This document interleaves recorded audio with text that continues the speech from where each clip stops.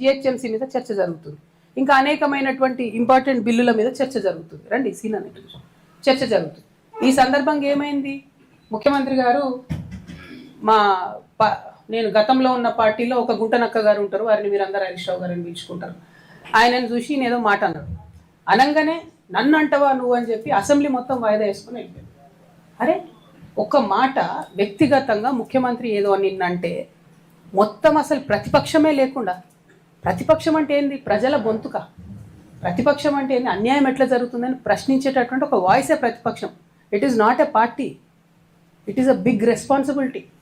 దాన్ని వదిలేసి మొత్తం సభ 5 రోజులు ఎట్లా మీరు బాయ్కాట్ చేసిపోతారు? ఏంది కేవలం హరీష్ రావు గారిని ఒక మాట అన్నందుకు బాయ్కాట్ చేసిపోతారా? కేసీఆర్ గారిని ఎన్ని తిట్లు తిట్టినా రేవంత్ రెడ్డి గారు ఎప్పుడన్నా బాయ్కాట్ చేసిన హరీష్ రావు గారు?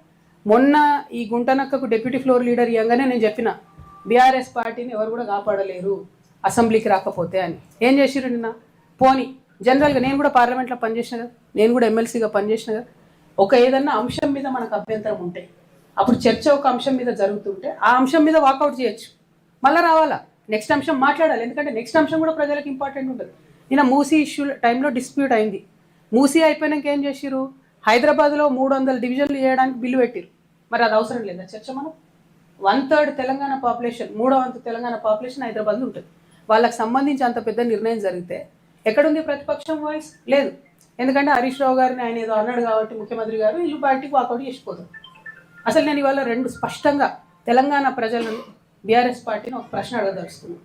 ఈ వాయిదా వేయాలనే నిర్ణయం డిప్యూటీ ఫ్లోర్ లీడర్గా హరీష్ రావు గారు తీసుకున్నారా? నేనైతే ఆయనే తీసుకున్నాడు అనుకుంటున్నాను. ఎందుకు? తర్వాత మైకు మన ఇంకొక డిప్యూటీ ఫ్లోర్ లీడర్ గారికి ఇస్తే, సవితమ్మ గారికి ఇస్తే వద్దు నేను మాట్లాడా, నా టైం కూడా హరీష్ రావు గారికి ఇవ్వండి అని ఆమంటారు.